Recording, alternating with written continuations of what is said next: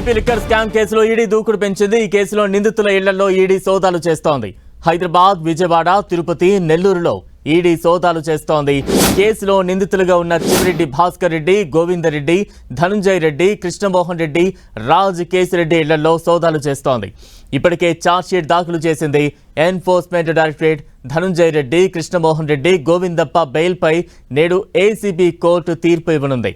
దీంతో ఈడీ సోదాలపై ఆసక్తి నెలకొంది.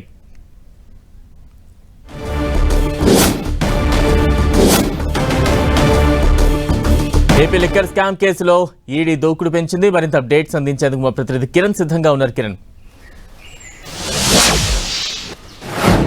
బలరాం, ఏపీ లిక్కర్ స్కామ్కి సంబంధించి కూడా మరొకసారి ఈడీ అధికారులు దూకుడు పెంచినట్టుగా చెప్పాల్సింది. ఏకకాలంలో తిరుపతి, విజయవాడతో పాటు హైదరాబాద్లో కూడా ప్రస్తుతానికైతే ఈడీ అధికారులు ఏకకాలంలో సోదాలు చేస్తున్న పరిస్థితి. ఎందుకంటే ఈ కేసుకు సంబంధించి ఇప్పటికే సిట్, ఏపీ ప్రభుత్వం ఏర్పాటు చేసిన సిట్ ఇచ్చిన ఆధారంగా ఈడీ అనేక మార్లు కూడా దర్యాప్తు చేసింది. ఒకసారి నిందితులందరూ కూడా విచారణకు పిలిచినందులో భాగస్వాములు ఉన్న వారు, కీలక పాత్ర పోషించిన వారికి సంబంధించిన వివరాలు కూడా స్టేట్మెంట్ రికార్డ్ చేసిన నేపథ్యంలో మరొకసారి ఈడీ ఉన్నతాధికారులు ప్రధాన నిందితులకు సంబంధించిన సోదాలు చేయడం ప్రస్తుతానికి తెలుగు రాష్ట్రాల్లో చర్చనీయాంశంగా మారినట్టుగా చెప్పుకోవాల్సింది. రాజ్ కేసిరెడ్డి, చెవిరెడ్డి భాస్కర్ రెడ్డి, ధనుంజయ రెడ్డి, బాలాజీ, గోవిందప్ప, కృష్ణమోహన్ రెడ్డితో పాటు మాజీ ఎంపీ విజయసాయిరెడ్డి ప్రస్తుతం నేను చూపిస్తున్న ఇల్లు బంజారాస్లోని అటు విజయసాయిరెడ్డి ఇంటిగా చెప్పుకుంటారు. ప్రస్తుతానికైతే ఇటు చాలాసేపటి నుంచి విజయసాయిరెడ్డి నివాసంలో కూడా సోదాలు సాగుతున్నట్టుగా చెప్పుకోవాలి. ఎందుకంటే గతంలో హైదరాబాద్ ఈడీ ఆఫీస్కి వచ్చారు. ఈడీ అధికారులు ఎప్పుడు పిలిచినా కూడా తన వద్ద ఉన్న సమస్య సమాచారాన్ని కూడా ఈడీ అధికారులకు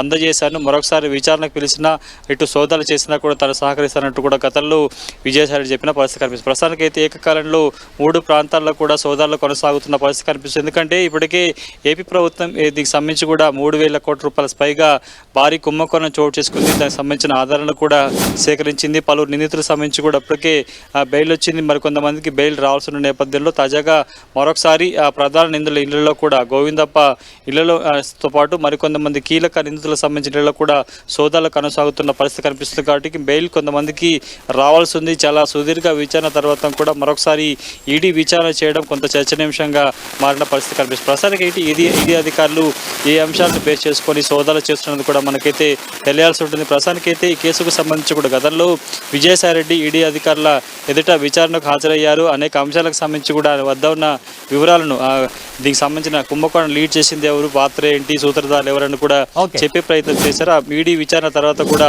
మీడియాతో మాట్లాడుతూ త్వరలో మరికొన్ని వివరాలు చెప్తున్న సందర్భంలో తాజాగా మరొకసారి ఈ కుంభకోణానికి సంబంధించిన పాత్రధారుల ఇంట్లో సోదాలు చేయడం ప్రస్తుతానికైతే చర్చనీయాంశంగా మారినట్టుగా చెప్పుకోవాలి. Right, thank you Kiran.